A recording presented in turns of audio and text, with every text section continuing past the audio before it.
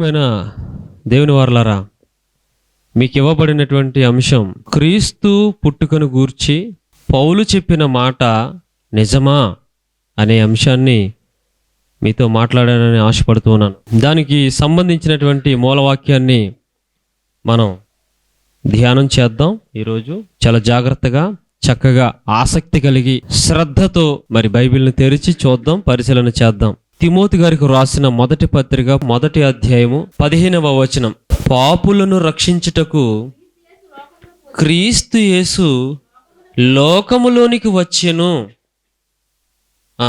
అను వాక్యము నమ్మదగినదియు పూర్ణాంగీకారమునకు యోగ్యమైనదియునై ఉన్నది. ప్రియమైన దేవుని బిడ్డలారా, పాపులను రక్షించుటకు క్రీస్తు యేసు లోకమునకు వచ్చెను అను వాక్యం అని ఉంది కదండి. అందరూ బైబిల్ చూడాలి. పాపులను రక్షించుటకు క్రీస్తు యేసు లోకమునకు వచ్చెను అను వాక్యం.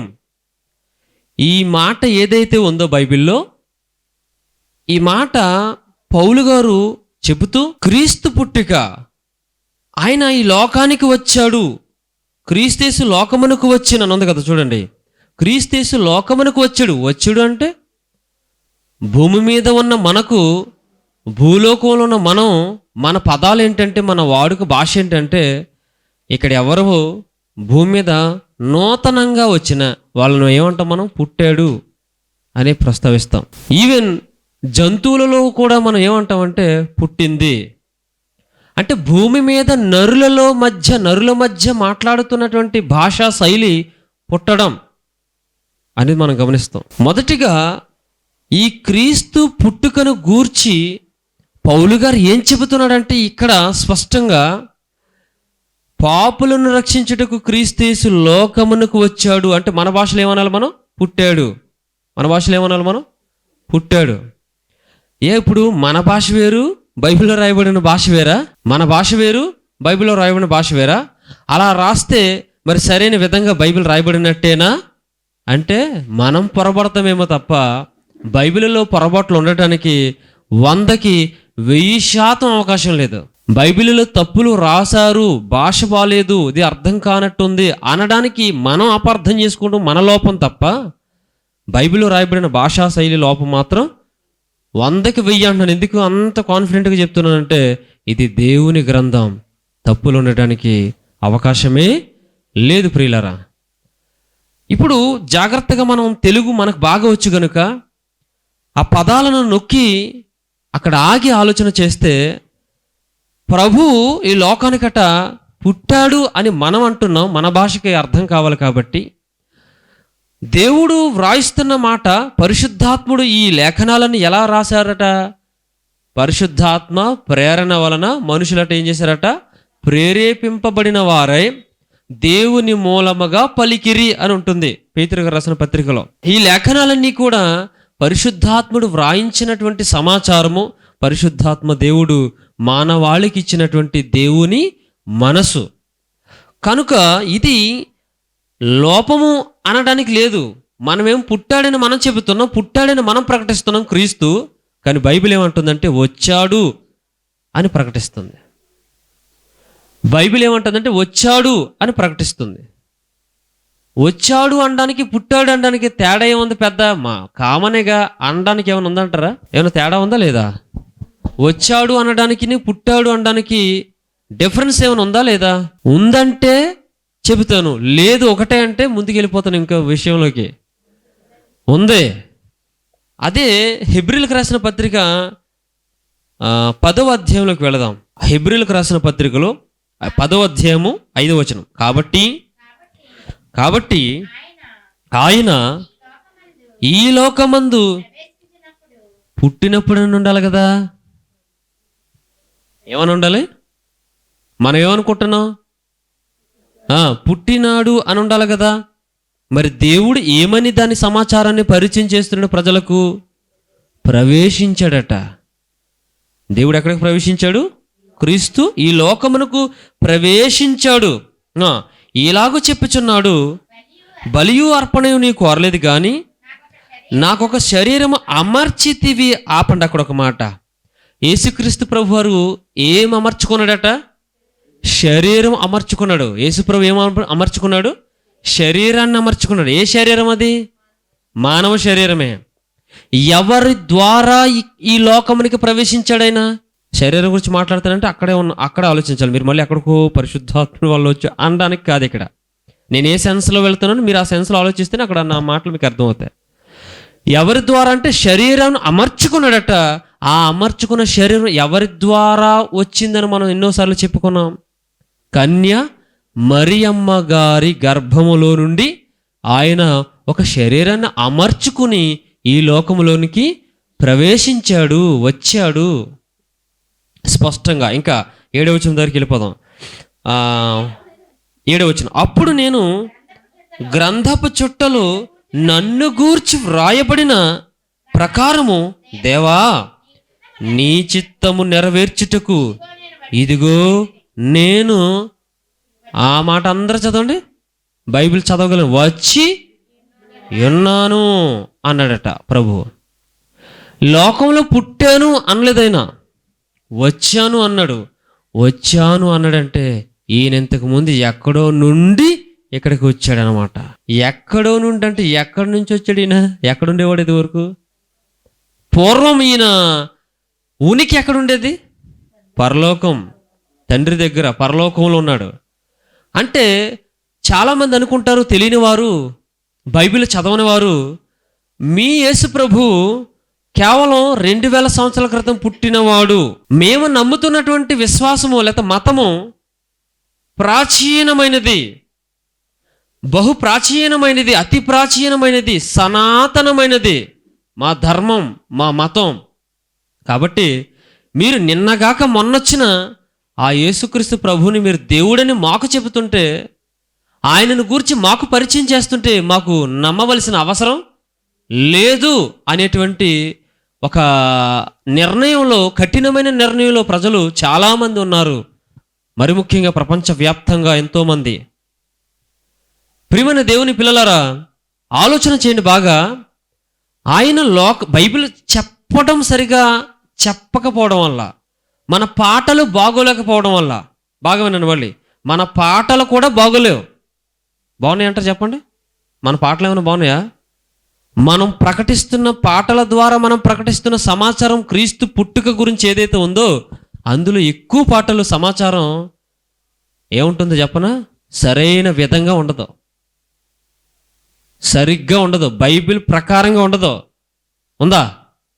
బైబిల్ను అనుసరించి దేవుడు చెప్పమన్న రీతిగా, దేవుడు చెప్పినట్లుగా ఈ లోకంలో క్రైస్తవులలో ఉన్న పాటల్లో, మరి ముఖ్యంగా క్రీస్తు పుట్టుకను ఉద్దేశించే పాటల్లో సరైన విధంగా చెప్పబడలేదు, పాడట్లేదు. ఏమని ఉంటుందంటే, పుట్టాడని ఇక రకరకాల భాషలు, పదాలు వాళ్ళు వాడుకుని పాడి పాడి పాడి పాడి, మనం పాడితే మన మధ్యన ఉంటుంది. అది విడ్డూరం ఏంటంటే, ఇది అందరికీ వినబడేటట్లుగానే మనం ఏం చేస్తాం? మైకిలో కూడా పాడతాం. అప్పుడు క్రైస్తవులు వింటారు, క్రైస్తవులు కానివారు కూడా వింటారు, కామన్గా వింటారు, అందరూ వింటారు. ఇప్పుడు ప్రాబ్లం ఏంటంటే, ఆ సమాచారాన్ని ఎవరు చెప్పారు? మనమే చెప్పాం. ఎవరు చెప్పారు ప్రపంచానికి? అంటే బయటికి ఎవరు చెప్తున్నారు? మనమే చెప్పాం. మనమే చెప్పాం కాబట్టి బైబిల్ క్రైస్తవులది కాబట్టి వాళ్ళు అనుకునే భాష చెప్తున్నారు, వాళ్ళు అనుకునేది చెప్తున్నారు. బైబిల్ క్రైస్తవులది కాబట్టి వాళ్ళు ఏం చెబుతున్నారంటే, వాళ్ళు ఏం చెప్పినా నిజమే చెప్తారు. ఎలా? వాళ్ళ దృష్టిలో బైబిల్లో ఉంది కాబట్టి వాళ్ళు చెప్పుంటారు, అదే వాళ్ళు విన్నారు.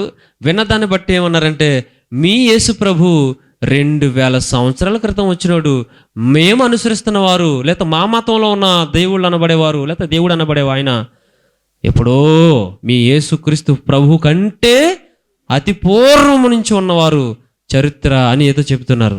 మరి ఏం చెప్తాం చెప్పండి? ఇలాంటివి ఎన్నో ఉన్నాయి. ఎవిడెన్స్లు చూపించమంటే బోల్డ్ ఉంటాయి, మనం చూపించడానికి వీడియోలు అన్నీ ఉన్నాయి. తెలియని వారు ఇప్పటికీ కూడా అలాగే పాడుకుంటూ అలాగే ముందుకు వెళ్ళిపోతున్నాం మనం. ఒక క్రైస్తవుడు పాట పాడాడంటే ఆ పాటలో బైబిల్ని అనుసరించి సారం ఉండాలి. ఒక క్రైస్తవుడు ప్రసంగం చెప్పాడంటే, లేదా ప్రజలకు ఉపదేశం చేస్తున్నాడంటే ఆ ఉపదేశంలో బైబిల్ని సారం కలిగి ఉండాలి. అంటే బైబిల్ ఏం బోధిస్తుందో ఆ బోధే వెళ్ళాలి. మార్చి చేర్చి చేస్తే తీసేసి చేస్తే ఇలాగే నీ నుండి వెళ్ళిన సమాచారం, అది వాళ్ళు చెప్పిన సమాచారం కదా, గుర్తుపెట్టుకుని అందరూ. నీ నుండి అనగా క్రైస్తవుడి నుండి వెళ్ళిన సమాచారమే వాళ్ళు అంటున్నారు. మీ యేసు 2000 సంవత్సరాల క్రితం వచ్చాడు, ఆయన డాష్. ఎవరంటే ఆయన ఆ డాష్లో ఏదైనా పెట్టుకోండి, మా దేవుడు ఇప్పుడో ఉన్నాడు. నువ్వు ఇప్పుడు వచ్చి తీసుకొచ్చి కొత్తగా చెప్తే మాకు నమ్మవలసిన అవసరమే లేదండి. ఇంకొక మాట, పాటల గురించి మాట్లాడాను కాబట్టి ఎలాగూ చిన్న మాట మాట్లాడుకుందాం. అలాంటి పాటలు పోనీ మనం మాట్లాడొచ్చా? బైబిల్ సారాన్ని అనుసరించి లేని పాటను మనం పాడొచ్చా? పాడకూడదని సహజమైనటువంటి నాలెడ్జ్ని బట్టి, జ్ఞానాన్ని బట్టి మనం చెప్పచ్చు. ఎందుకంటే అది బైబిల్ సారాన్ని అనుసరించలేదు కాబట్టి. పైగా బయట ఉన్నటువంటి అన్య సహోదరులు, అంటే సహోదరులు అంటే దాని అర్థం వేరే ఉంది, కానీ అనవలసి వచ్చి అంటున్నాను నేను. ఏమని? అన్యులైన నా సోదరులు, పోనీ సోదరులు, అదన్నా ఒకటే, సహోదరులన్నా సోదరులన్నా ఒకటే. అంటే క్రైస్తవులు కాని నా సోదరుల గురించి మాట్లాడుతున్నాను, బయట ఉన్నటువంటి వారి గురించి. వారికి ఎవరి నుండి సమాచారం వెళ్ళిందంటే నా నుండి, నీ నుండి, మనందరి నుండి. యేసుప్రభు అంటే మనమే కదా చెప్తున్నాం, మనమే కదా బోధిస్తున్నాం, మనమే కదా పాటల రూపంలో విడుదల చేస్తున్నాం. అలా ఈ సమాచారాన్ని వాళ్ళు బైబిల్ తెరవరు, వాళ్ళు క్రిస్టియన్ పాటలు సెర్చ్ చేసి చూడరు, క్యాసెట్లు కొనుక్కోరు. మరి ఎలా తెలిసింది వాళ్ళకి అంటే మన నుండే సమాచారం బయటికి వెళ్ళిందే తప్ప వాళ్ళంతటా వాళ్ళు ఏదో పరిశీలన చేసి, పరిశోధన చేసేసి, రీసెర్చ్ చేసి తెలుసుకున్న విషయాలు కావు. ఇది మనసును పెట్టండి అందరూ కూడా దయచేసి. ఇక అలాంటి పాటలు, అలాంటి అంటే బాగా గుర్తుపెట్టు, అలాంటి అంటే బైబిల్కి సమానంగా లేనివి, బైబిల్తో సమతుల్యత లేని పాటల సారాన్ని మనం కూడా ఒకవేళ ఉచ్చరిస్తుంటే గనక, పాడుతుంటే గనక, అనుకోకుండా తెలియకుండానే మన ద్వారానే రాంగ్ ఇన్ఫర్మేషన్ అనేది బయటకు వెళుతుంది. ఇది కాదు నా టాపిక్, అవసరం వచ్చింది కాబట్టి వెళ్తున్నాను అన్నాను కదా, అందుకే వెళ్ళా. మన ద్వారానే బయటికి వెళ్తుంది, రాంగ్ ఇన్ఫర్మేషన్ బయటికి వెళ్తుంది. అంటే ఒక తప్పుడు సమాచారాన్ని, బైబిల్లో లేని సమాచారాన్ని మనం బయటికి వదులుతున్నాం అనమాట. అది అందరూ వినమని చెప్తున్నాం అనమాట. సో పాటలు పాడేటప్పుడు మనం ఆ కేర్ తీసుకోవాలి. పాటలు పాడేటప్పుడు ఏం పాడుతున్నామో ఒక్కసారి చూసుకోవాలి. లేకపోతే ఎలాంటి భావంతో కూడిన పాటో అది కూడా ఒకసారి జాగ్రత్తగా చూసుకోవాలి. ఎందుకంటే నువ్వేం పాడినా నువ్వెవరో తెలుసా? క్రీస్తుకు ప్రతినిధివే. ఎవరండి? మనమందరం ఎవరు? క్రైస్తవులు. దేవుడైన క్రీస్తుకి మనం ఎవరు? అందరం ప్రతినిధులం. మనం ఏం మాట్లాడినా క్రీస్తుకి తగులుద్ది అది. అబ్బాబ్బే నేను చేశానండి అంటే నువ్వెవరు అయ్యా? క్రైస్తవుడు. నువ్వు చేసావంటే ఇంకా నువ్వేలా ఉన్నట్టు మీ దేవుడు ఎలా అనే స్థితికి వెళ్ళిపోద్ది డైలాగులు. కనుక ఆ విషయంలో కూడా మనం జాగ్రత్త పాటించవలసిన అవసరం ఖచ్చితంగా 100% ఉంది. సరే, ఈయన లోకానికి వచ్చాడు అని 7వ వచనంలో 10:7 ఒకసారి చూస్తే, అప్పుడు నేను గ్రంథపు చుట్టలో నన్ను గూర్చి వ్రాయబడిన ప్రకారము దేవా నీ చిత్తం నెరవేర్చటానికి, అంటే ఎక్కడున్నాడు అంటే ఈ డైలాగులన్నీ ఎక్కడో, నేను పరలోకంలో జరుగుతున్న సందర్భం ఇది, పరలోకమందున్న సందర్భం. అక్కడున్న ఆయన 2000, అది 2000 సంవత్సరమా? 3000, 4, 5, 6? మీరు చెప్పాలి. ఇప్పుడు మీరెవరు? క్రీస్తు బిడ్డలు, దేవుని బిడ్డలు. మీకు ఈ జ్ఞానం తెలిసి ఉండాలి. ఆయన ఎన్ని వేల సంవత్సరాలకి పూర్వం ఉన్నవాడు? 2000 సంవత్సరాల క్రితం ఉన్నవాడా? అది మంచి మాట చెల్లి, వాక్యం పరంగా తక్కువ వదిలింది. జగత్తు అంటే ఈ భూమి మీద మనం ఏమైతే లెక్కలు కట్టుకుని ఈ భూమి ఇలా చూసుకుంటూ పైకి చూసి, ఆకాశాన్ని చూసి, ఆకాశంలో సూర్యుని చూసి, చంద్రుని చూసి, భూమిని చూసి, మొక్కలను చూసి, సముద్రాలను చూసి, అందరి సమస్త జీవరాశులను చూసి అలా అలా అలా కాలం గడుపుతున్నామో, ఈ జగత్తు అంటే ఈ విశ్వమును కలుగజేయక ముందే ఉన్నాడాయన. అంటే కలుగజేసింది ఆయన కదా, కలుగజేసింది ఆయన కదా. అసలు ఈ భూమి పుట్టే ఎన్ని వేల సంవత్సరాలైంది అంటే శాస్త్రవేత్తలు ముక్కును వేలేసుకుని అది మా వల్ల కాదు అని ఒక మాట ఏం చెప్పారు తెలుసు వాళ్ళు? కొన్ని కోట్ల సంవత్సరాలు అయింది అంటున్నారు. అంతే. కొన్ని అనే మాటలో ఎన్నైనా పెట్టుకోవచ్చు. లెక్కల్లో చూసారు మీరు, ఎక్స్ అంటాం, సమ్ ఎక్స్ అంటే అర్థం ఏంటి? ఎవడో పర్సన్ చెప్పేటప్పుడు సమ్ ఎక్స్ అంటాం. ఎన్ అంటే నంబర్ అని అర్థం. అక్కడ ఎంతైనా పెట్టచ్చు. ఒకటి పెడతావా, 2 పెడతావా, 10 పెడతావా, 12 పెడతావా, 1,00,000 పెడతావా, ఇక అది so on. Whole power n అని రాస్తాడు. ఫర్ ఎగ్జాంపుల్ 2 పవర్ n అని రాసామనుకోండి, 2 పవర్ n అని రాసామనుకోండి, 2 పైన నెత్తి మీద n అని రాస్తే నువ్వు ఎన్నిసార్లైనా ఆ 2 ఇంటూ 2 ఇంటూ 2 ఇంటూ 2 ఇంటూ వేసుకుంటూ వెళ్ళిపోయి ఇంకా అని అర్థం. అన్ని కోట్ల సంవత్సరాలు అయిందో మాకే తెలియదు అని శాస్త్రవేత్తలు తేల్చేశారు. మరి ఈ భూమిని చేసిన దేవుడు ఎప్పుడు ఉండేవాడంటే మన మానవ మట్టి మెదడుకు అందని మాటలు అవి. కాబట్టి అంత గురి వర్రీ అవ్వద్దు. ఇంకా ఒక మాటలో దేవుడు ఏమన్నాడంటే, నేను ఆది దగ్గర ఆగిపోండి, ఇక అంతం గురించి తర్వాత మాట్లాడదాం. ఆయన ఎవరట? నేను ఆది అయి ఉన్నాను. చాలు అక్కడ. అసలు యుగములకే ఆది అయినా. అలాంటి ఆది సంభూతుడు ఎవరు? యేసుప్రభు. ఆది సంభూతుడు యేసుప్రభు. ఇప్పుడు వీళ్ళు అనుకుంటున్నట్లుగా, అంటే బైబిల్ తెలియని సోదరులు, బయట ఉన్నటువంటి అన్యులైన నా సోదరులు అనుకుంటున్నట్టుగా వాళ్ళకి తెలియక మనం చెప్పిన తప్పుడు సమాచారపు పాటలు లేకపోతే సమాచారం వల్ల వాళ్ళు ఏమనుకుంటారు, మీ ప్రభు 2000 సంవత్సరాల క్రితం పుట్టినోడు మాకెందుకయ్యా, మాకేం ఒరుగుద్ది అనే స్థితికి వచ్చేసారు. ఎవరిచ్చిన సమాచారం ఇది? మనమే. The great Christians. అదే కదా మనం ఇచ్చింది, క్రైస్తవులు ఇచ్చిన సమాచారం. సరే, మన గురించి మనకు అర్థమైంది. ఇక యేసుక్రీస్తు ప్రభు వారు ఒక మాట వాళ్ళతో ఏమంటాడంటే, అబ్రహాము పుట్టక ముందే నేను ఉన్నానన్నాడు. తెలుసు కదా ఆ మాట మనకి. అబ్రహాం పుట్టక ముందే నేను ఉన్నవాడిని అన్నాడు. అదేంటని వాళ్ళు అనుకుంటారు పరిసయ్యులు, శాస్త్రులు, నీకు ఇంకను 50 సంవత్సరములు అయినను లేవే, నీవు అబ్రహాం పుట్టక ముందు ఉన్నానంటే ఏమిటని ఆయన చంపాలనుకున్నారట. చూసారా? నువ్వు 50 సంవత్సరాలు కూడా, నువ్వు గట్టిగా 30 సంవత్సరాలు దాటే నీకు అంతే, ఒక యవ్వనుడిగా ఉన్నావు నువ్వు అబ్రహాం పుట్టక ముందే నేను ఉన్నానంటే ఏంటి? అసలు అబ్రహాం గారి వయసు ఎక్కడ, నీ వయసు ఎక్కడ? అబ్రహాం గారి కాలం ఎక్కడ, నీ కాలం ఎక్కడ? వాళ్ళు అంటున్న మాట ప్రభుతో. అప్పుడు అబ్రహాము పుట్టక ముందే నేను ఉన్నానని మీరు తెలుసుకోవాలి అన్నాడు. ఈ మాట అన్నాడంటే ఈయన 2000 సంవత్సరాల క్రితం అప్పుడే టపక్కమని పుట్టినోడు కాదు. ఆది సంభూతుడైన ప్రభు, యేసు ప్రభు కన్య మరియ గుండా శరీరమును అమర్చి, ఆ మాట ఎక్కడ ఉంది? 5వ వచనంలో మధ్యలో, బలియు అర్పణయు నీవు కోరలేదు. హెబ్రీ పత్రిక 10:5 బలియు అర్పణయు నీవు కోరలేదు కానీ నాకొక శరీరము అమర్చితివి. పరలోకంలో అంటున్నాడు సందర్భం, నాకొక శరీరం అమర్చితివి. ఎక్కడ? తల్లి అయిన కన్య అయిన మరియ గర్భంలో నాకు ఒక శరీరం అమర్చుకుని భూమి మీదకి వచ్చాను. అంటే ఈయన ఎక్కడ ఉన్నాడు? ఇంతకు ముందు పూర్వమే ఆది అందే ఉన్నవాడైనా. చూద్దామా? హెబ్రీ పత్రిక కాదు కానీ యోహాను గారు రాసిన మొదటి పత్రిక, యోహాను సువార్త 1వ అధ్యాయము 1వ వచనం. ఆది యందు వాక్యముండెను, వాక్యము దేవుని యొద్ద ఉండెను, వాక్యము దేవుడై ఉండెను. అలాగే ఉండిచి ప్రకటన గ్రంథం 19 దగ్గరికి రండి, 13వ వచనం. ప్రకటన గ్రంథం 19:13. రక్తములో ముంచబడిన వస్త్రము, ఏమండి ఒక్క నిమిషం ఆగండి. ఎవరండి రక్తములో ముంచబడిన వస్త్రం ధరించుకున్న వాళ్ళు? ఎవరు?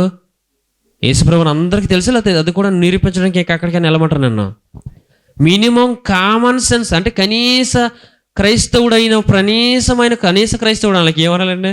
కనీస క్రైస్తవుడు ఎక్కడ అండి? ఈ మాట నేనే అంటున్నా.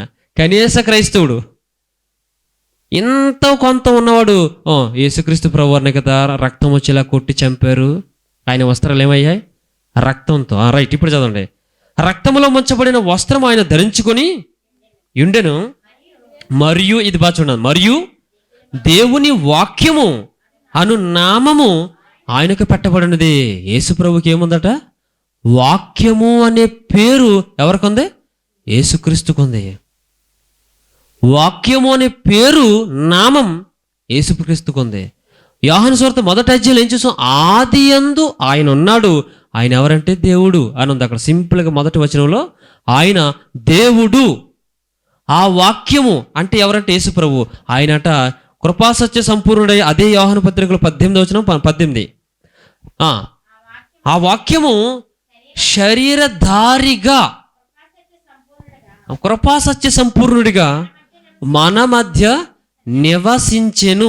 ఎవరు వచ్చారండి మన మధ్యకి? యేసు ప్రభువే కదా. ఇప్పుడు వాక్యం అంటే యేసు ప్రభు శరీరం ధరించుకుని వచ్చాడు. రైట్. వాక్యం అనబడుతున్నాను, వాక్యం అనే పేరు ఉన్న యేసుక్రీస్తు ప్రభువారు ఆది యందు దేవుడై ఉన్నాడు.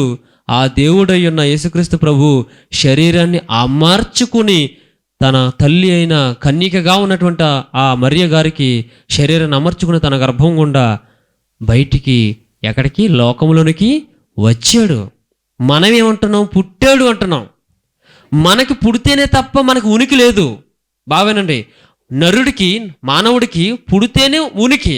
నేను పుట్టాను కాబట్టి మీరు నన్ను చూస్తున్నారు, పలానా అశోక్ అనేటువంటి అతను ఉన్నాడని మీరు చూడగలరు. మీరు ఇప్పుడు ఇక్కడ నా ముందున్నటువంటి మీరు ఎంతమంది కూడా ఒక్కొక్కరిని నేను ఎరిగి ఉన్నాను. ఎలాగా? మీరు పుట్టిన దగ్గర నుంచి భూమి మీద నడుస్తుంటే కదులుతుంటే పెద్ద అయి పెరిగితే ఎంత చూస్తున్నాను. ఎవరూ లేడు, మనకేముంది? ఏమీ లేదు. భూమి మీదకి వచ్చాక పుట్టిన తర్వాత మనకంటూ ఉనికొంది. కానీ ప్రభువుకి ఆది అయి ఉన్నటువంటి క్రీస్తు దేవుడై ఉన్నాడు కనుక అసలు ఈ లోకమంతా పుట్టించింది ఆయన లేకుండా ఏమీ కలగలేదని 3వ వచనంలో మనం చూస్తాం. ఉందా లేదా? యోహాను సువార్తలోనే సమస్తమును ఆయన మూలముగా కలిగెను. ఏ యేసుక్రీస్తు ప్రభు గురించి అయితే మనం మాట్లాడుకుంటున్నామో ఆయనకు మూలంగానే ఈ సమస్తము మన కళ్ళ ముందు మనం నడయాడుతున్న ఈ భూమి, ఆకాశములు, విశ్వము కలిగాయట. ఆయన మూలంగా కలిగాయి. మరి ఆయన మూలంగా కలిగిన ఈ విశ్వాన్ని మనం ఆయన ఏమనొచ్చు? పుట్టాడు అనొచ్చా? అందుకే బైబిల్ కరెక్ట్గా ఉంది. బైబిల్ కరెక్ట్గా ఉంది, మనం సరిగ్గా లేం. మనిషి సరిగ్గా లేడు కనుక, చదవటం రాదు కనుక, చదివినా తెలివి ఉన్నా, బాగా లోక చదువులు పెద్ద పెద్ద చదువులు చదువుకున్నా మనసు దేవునికి దగ్గరగా లేనందున అపార్థములు చేసుకుని దేవుని యొక్క మనసును, మాటలను మరి తప్పించేశారు.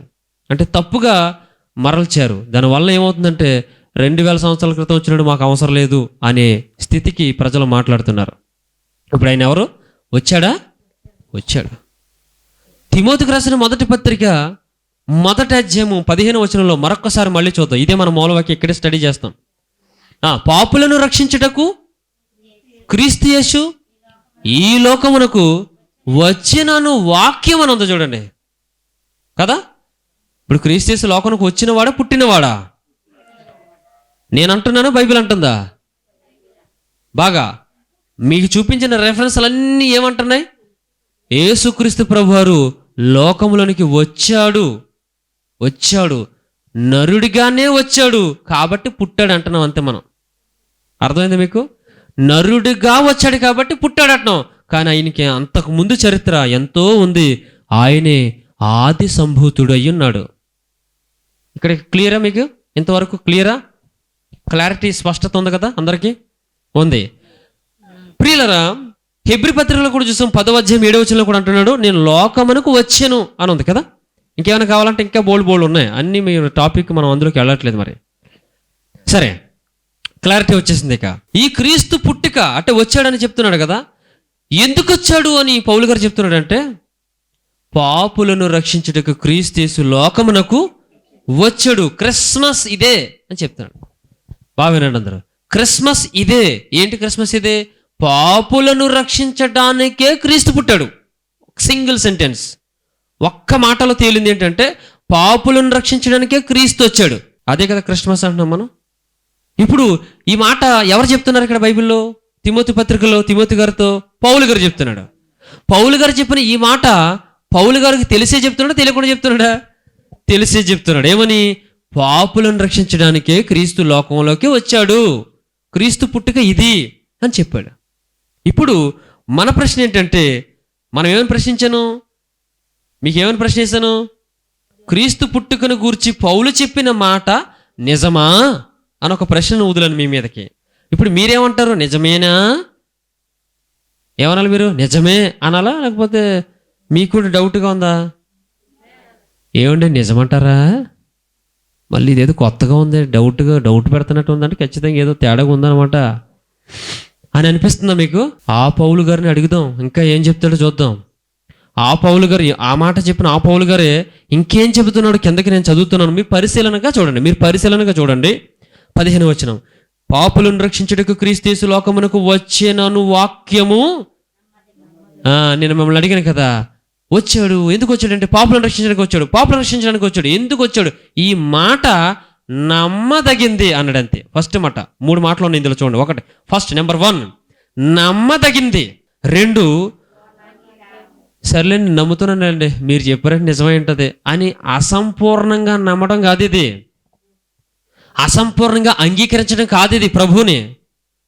పూర్ణంగా పూర్ణంగా పూర్ణ అంగీకారం అండి. నాకు అసంపూర్ణం కాదు, సగం కాదు, కొద్దిగా కాదు. అయ్యగారు చెప్పారు కాబట్టి నిజం అని నమ్మేస్తాం, అబ్బా గుడ్డిగా నమ్మేస్తాం అనడం కాదు. పూర్ణ అంగీకారమునకు 3ది యోగ్యమైనది. 3ది ఏంటి? యోగ్యమైనది అంటే అర్హత సాధించినది అని అర్థం. యోగ్యమైనది అంటే అర్హుడు, ఇతను యోగ్యుడండి అంటారు. దేనికి? పరలోకానికి ఇతడు యోగ్యుడు అంటే అర్థం ఏంటి? పరలోకానికి అర్హుడు, తీసుకురండి. నరకానికి ఇతడు అర్హుడండి, తీసుకెళ్ళండి నరకానికి అంటారు లేదా? ఇప్పుడు 3 పదాలు, చక్కటి పదాలు ప్రయోగించాడు పరిశుద్ధాత్మ దేవుడు.